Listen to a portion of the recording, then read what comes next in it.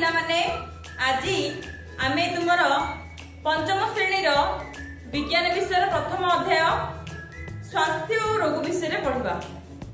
बहुत interesting topic टे समस्ते जानिबा निहात दरकार।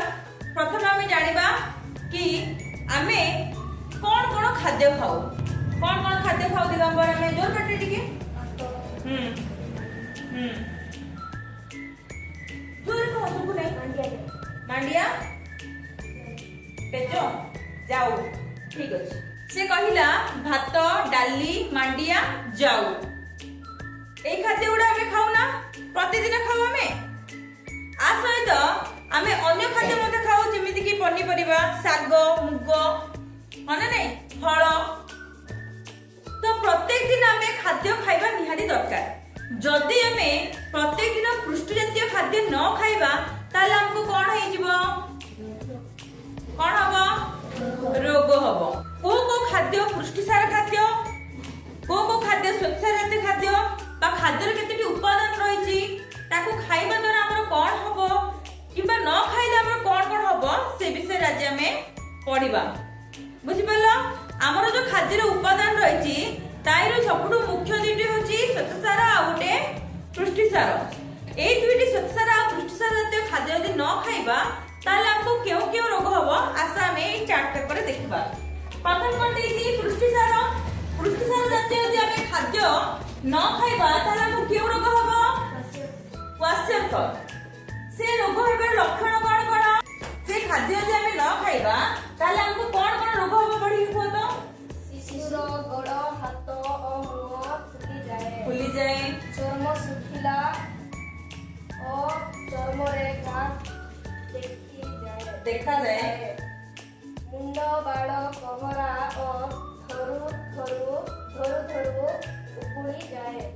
उपड़ी जाए। वेरी गुड बस देखो आमे यदि पुष्टिसार जातीय न खाद्य खाइबा ताहले आमे को कोन कोन रोग हबो क्वाशरकर रोग हबो। एही रोगर लक्षण कोन कोन से कहिला शिशुर गोड़ हाथ मुंह फुली जाए। छोट शिशुटीए देखिबो तार जननकर गोड़ हाथ मुंह फुली जाइथिबो चर्म जाक सुखिला धुड़धुड़ की दुस्तो ता बोली कोन हमको शीत दिन जो चर्म सुखि जाए सेटा कोन समान कि ना शीत दिन तो हमर कोन त्वचा कोन हुए माने शीत लागि चर्म गुडा सुखि जाए सेटा नुहे। जो पिलार जन्म होबा पिला किबा तार टिके बड़ पिला मानकर जहार चर्म देखितो सुखि जाइथिबो मुंह हाथ गोड़ फुली जाइथिबो आ कोन हेतिबो ना चर्म हमर चर्म रे खाली घा होउथबो ना ए घा होउथबो घा सुकु नथबो आ कोन हबो ना मुंडर चुटी सब बेले कहरा थिबो आ कोन धरु धरु हमर मुंडर चुटी यदि झड़ी जाउथबो ताहले आमे जानिबा से पिला को पुष्टिसार जातीय अभाव रे गुटिए कोन हेछि रोग हेछि सेटा होछि क्वाशरकर। समस्त बुझि पाले। वर्तमान आमे देखिबा आ गुटिए हमर खाद्य सार सेटा होछि श्वेतसार। श्वेतसार जातीय हमर यदि खाद्य न खाइबा ताले हमको केउ रोग हबो मारास्मस कोन हबो